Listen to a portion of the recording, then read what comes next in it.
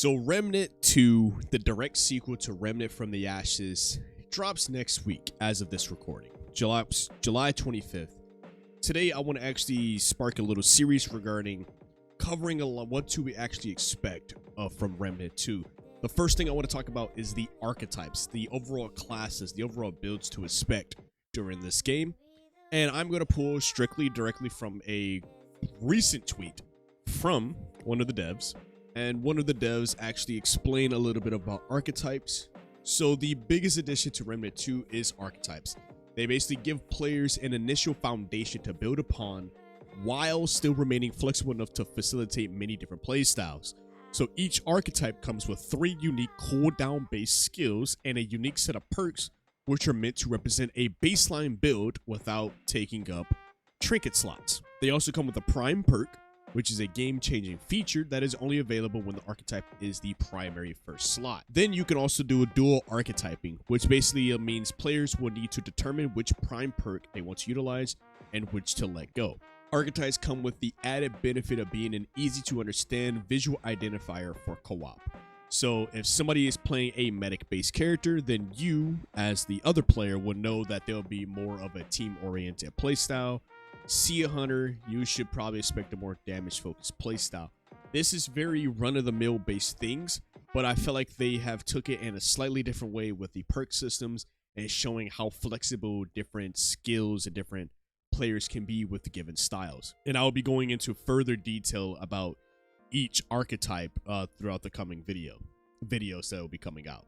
So we also have the trinkets, which is basically your amulets and rings. Now these provide interesting benefits. So you can go from damage to defense, there's health regen, movement speed, pretty much everything you need to know about trinkets that give you control for fine-tuning your character.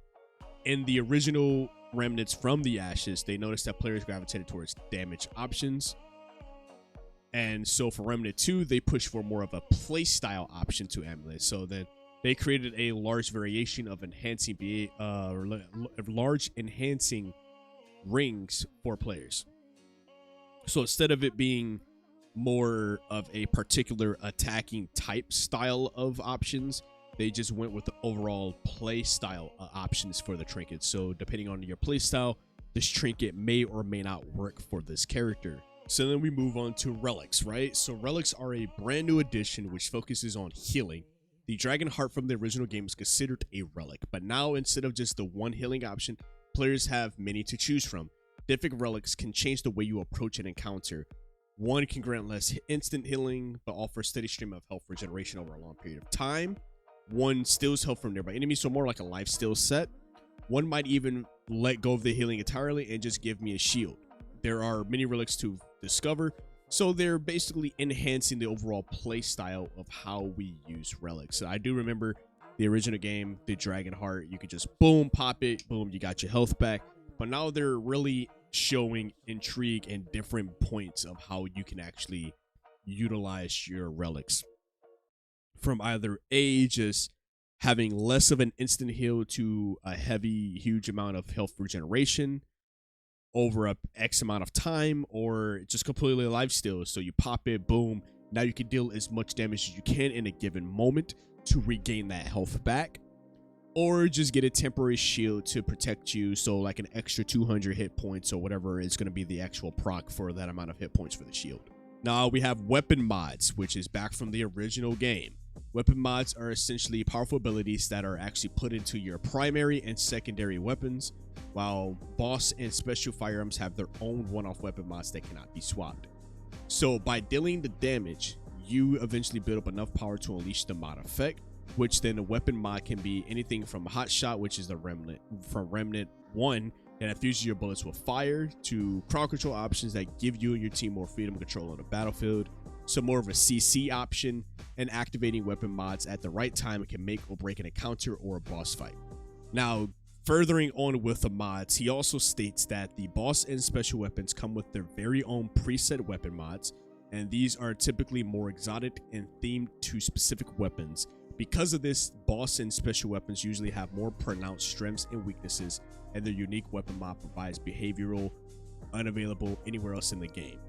So last two things that we want to talk about is the mutators and the traits. So mutators are a brand new feature to the game, which basically takes your builds to the next level that it could possibly go.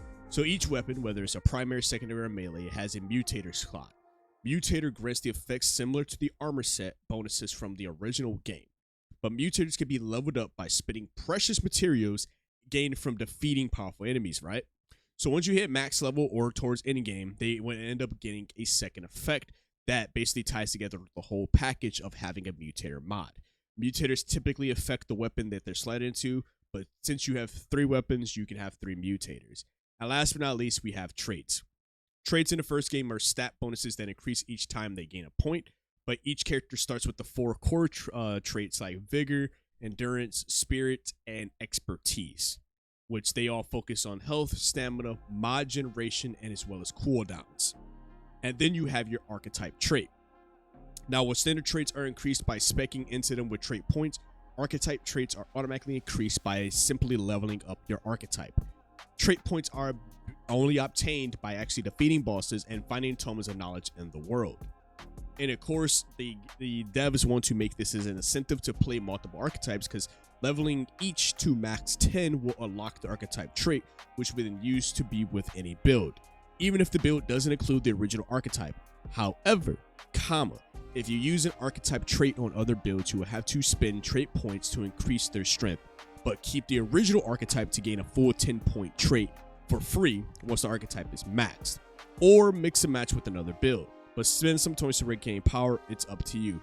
Basically, what that is saying is they have found a way to allow people to play multiple archetypes at any given time through this particular trait leveling system. If you can work around with that, with the trait leveling system from the trait and your archetype and the archetype traits, with a 10-point trait tree, would allow you to be able to mix and match with different archetypes. Of course, there's a lot more to this from what we have been given, the particular information that we have received. This tweet was credited from Ben Cureton, which he is actually the principal designer on for Gunfire Games for Remnant 2 and the very first one. So this is a credible tweet, credible information explaining a little bit more about archetypes. Now, today's video was made in that because I know a lot of people are very hyped for Remnant 2. And I am just as hyped. I already have it pre-ordered and I'm already ready to cover content regarding this game. So stay on the lookout. I will be having the classes or the particular archetypes be more explained as they reveal the trailers. But other than that, if you guys enjoyed today's video, make sure to like the video. Make sure to subscribe for more RPG related content. And as always, it's been your host, Chaos TTV, here at Chaotic Inc., signing out. Peace. I don't sleep, that's so weak, don't plan to rest. I'm from a hood where you die if you don't pack a vest. No culinary degrees, but whipping crack the best. Chefing, hard times taught lessons. Praying every night to pull up in park Benzes. What's my home is what you call trenches. You wouldn't last a day seeing life through all lenses. It's all tension, no sun, and rain and plenty. Full-time job, still can never make a penny. I ain't rapping for clout.